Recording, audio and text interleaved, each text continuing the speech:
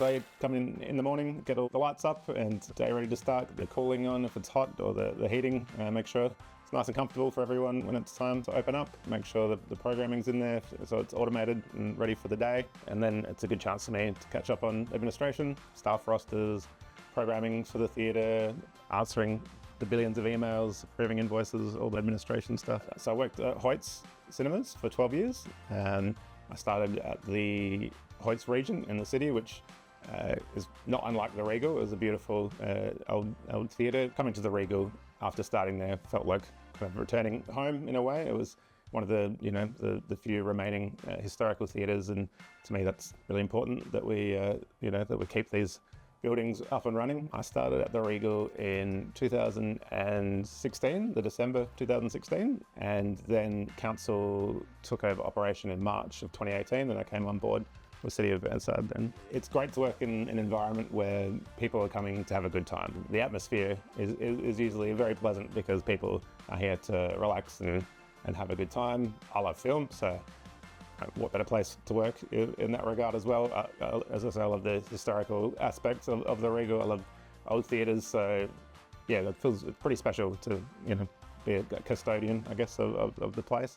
As you can see, this beautiful handrail runs all the way around the column to this side, whereas if we have a look over this side, you'll notice that the handrail actually ends right here.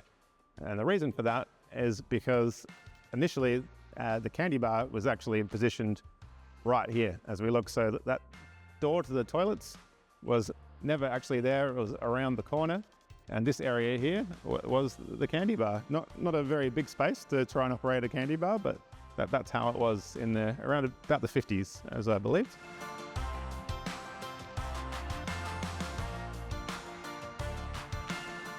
So this is the projection room. This is where all the magic happens. This guy behind me is responsible for throwing the image down on the screen. It's actually pretty awesome technology. This is a laser digital projector, which is not many around still at this point. Most have xenon arc lamps in it, which are the big powerful gas lamps that are pretty volatile. None of that in here anymore. It's all laser technology, so it certainly makes maintenance very, very simple because you're not dealing with dangerous explosive globes.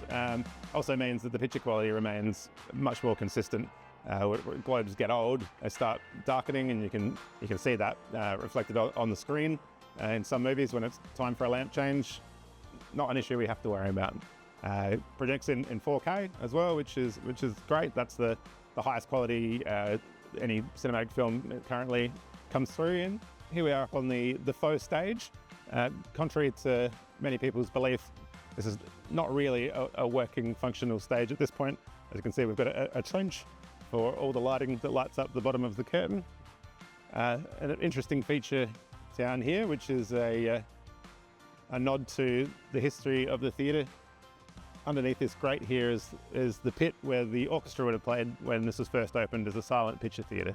An interesting part of the history of the theatre. I think we are the only theatre in Adelaide still in existence that originally opened as a silent picture theatre. Another hidden treasure that a lot of people wouldn't be aware about is behind the curtain at the end, each end of the screen, is the remnants of the original mural that bordered the screen back in the very first incarnation of the theatre.